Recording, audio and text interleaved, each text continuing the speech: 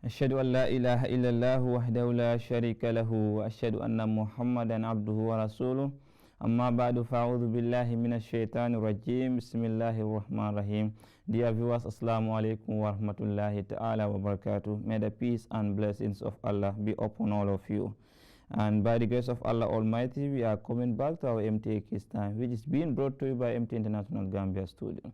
And as you all know, we normally discuss various topics that you know that they are beneficiary. So therefore, once again, we will continue. In our last episode, we were discussing on the good conduct that are taught to us by our beloved Master Muhammad Mustafa sallallahu alaihi wasallam, and still we will be continuing on that very particular topic.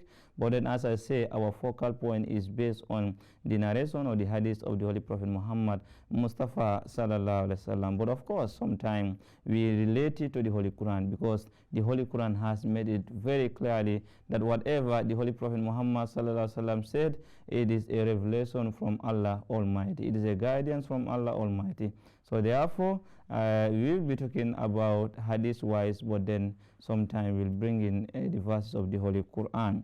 So without wasting much time, we start with the recitation from the Holy Quran by Sister Taira Fofana.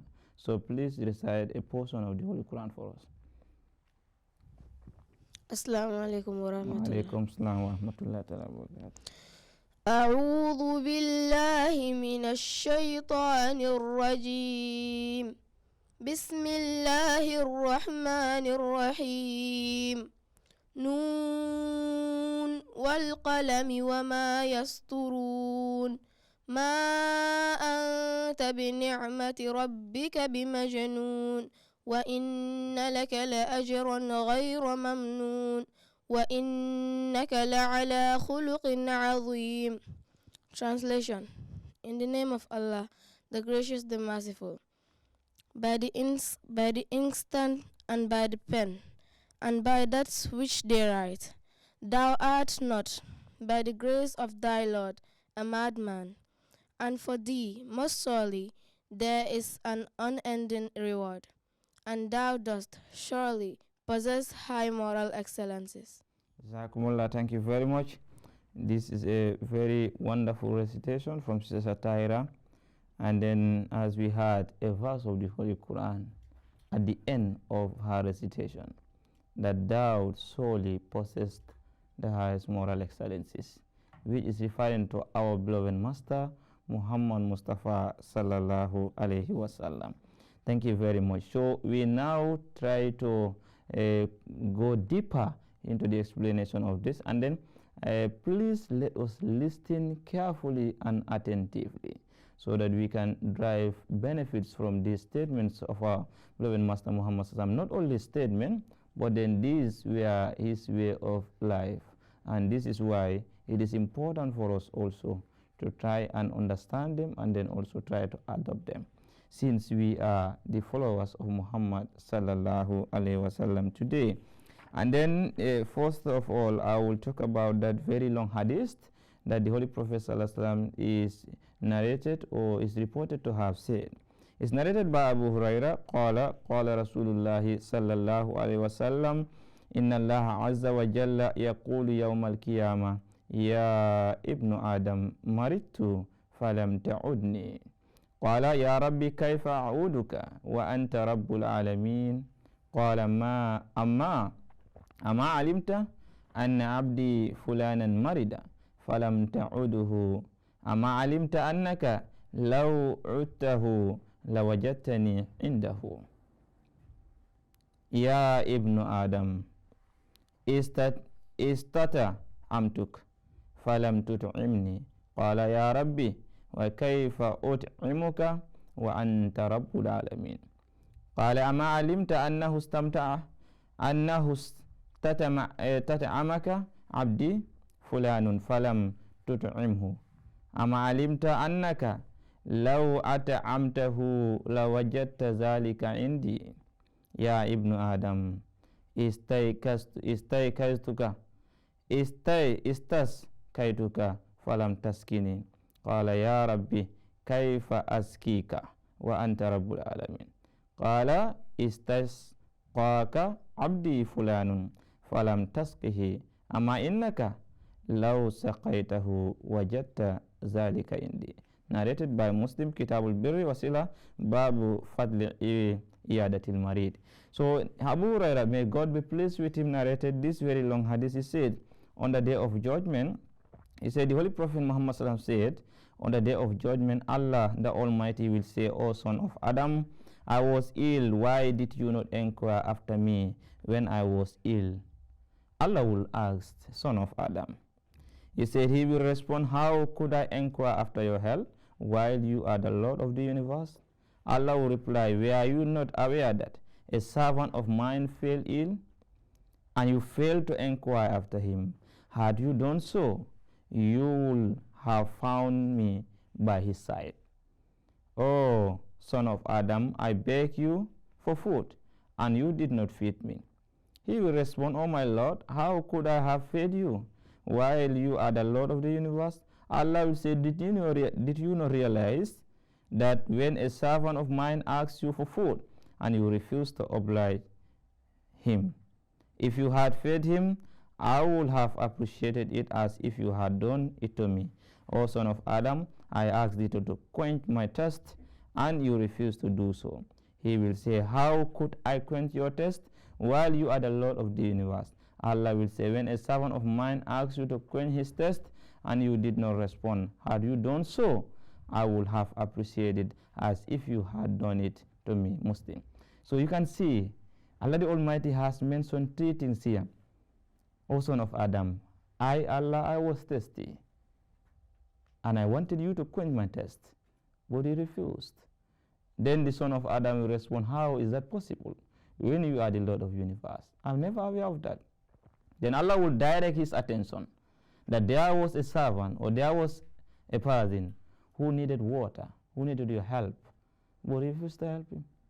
If you had helped him, I will appreciate that, and then you will find me beside him. He said, O son of Adam, I was also feeling hungry, and I asked you for food, you refused. Then the son of Adam will respond, how is that possible when you are the Lord of the universe? I'm never aware of that. Allah will have reminded him again. There was a time somebody came to you and asked for food, was in a dire need of food, but you refused to give him food. If you have given him food, it's like you have given me food, because I will appreciate it and then I will reward you for that. Then it will continue like that. So that is important. The Holy Prophet is demonstrating something, that we need to help each other. We need to assist each other. In our previous episode, we have discussed that. If you want Allah to cover your weaknesses in the day of judgment, try to cover your brother's weaknesses. If you want Allah to be lenient to you in the day of judgment, be lenient to your brothers. If you want to be a true believer, then you have to love for your brothers what you love for yourself. It is very, very important. So therefore, if we see somebody is in a dire need of food and we are having, it is an obligation upon us to assist that individual. By doing so, we are trying to cover the person's weaknesses, or we are trying to cover that individual, because we will prevent him from going out to beg. He may be given or he may not be given. So Allah Almighty will also do the same thing to you in the day of judgment. So it is very important. Another thing, hadith, the Holy Prophet is narrated to have said, he said, Innakum lan tasa'un nasa bi amwalikum fasa'uhum bi bastil waji wa husnil khuluq. He said, you can never enrich people with your money alone. So help them cheerfully and with good grace. You cannot satisfy people with your money. And it is not money alone that satisfies people, but be open to them. Show them a cheerful face and be visiting them. Smile to them. This will create a tranquility in their heart. There are certain people, they don't need your money. They have money, but they are never satisfied. They didn't have peace of mind. And this is why the Holy Prophet ﷺ said, help them or enrich them with bibastil wajih wa husnil khuluq, your good attitude and your good moral. This can even change their condition by you adopting good attitude and you by consulting them and helping them in their difficult moments. Another thing, the Holy Prophet sallallahu alaihi wasallam is reported to have said, and Abi Huraira radiyallahu anhu qala qala Rasulullah sallallahu alaihi wasallam, he said, Ya Aba Huraira, kun wari'an takun abdan nas, wa kun qani'an takun askaran nas, wa ahibba lin nas, ma tuhibbu li nafsik, takun mu'minan wa ahsin jiwara, man jawaraka takun musliman wa aqalla dahaka wa aqalla dihka, fa inna kasra dihki tumitul qalb. It says, O Abu Hurairah, be righteous and you will be the best of worshippers. If you are righteous, your worship is going to be accepted. Then of course you will be the best among all worshippers. Be content so that you can be best of those who are grateful. If you are greedy, you can never be content to anybody, even Allah Almighty. That's why Allah Almighty is saying, La in shakartum la azidannakum. If you are grateful, then He will increase for you. Wala in kafartum in azabi lasadid. But if you disbelieve or if you are ungrateful in a sense, then know that my punishments are very severe. And another place said, if He wished, He will remove all of you, wipe all of you, and will bring a new creation. It's not something that is difficult to do by Him. So therefore, we should be grateful to Allah Almighty. If Allah bring us to this earth for a purpose, therefore we should try to fulfill that purpose. If we fail that, then Allah will remove us and bring people who will fulfill that purpose. If He give us something, we should be grateful. If you are not grateful, He will take it from you and give it to somebody who will be grateful.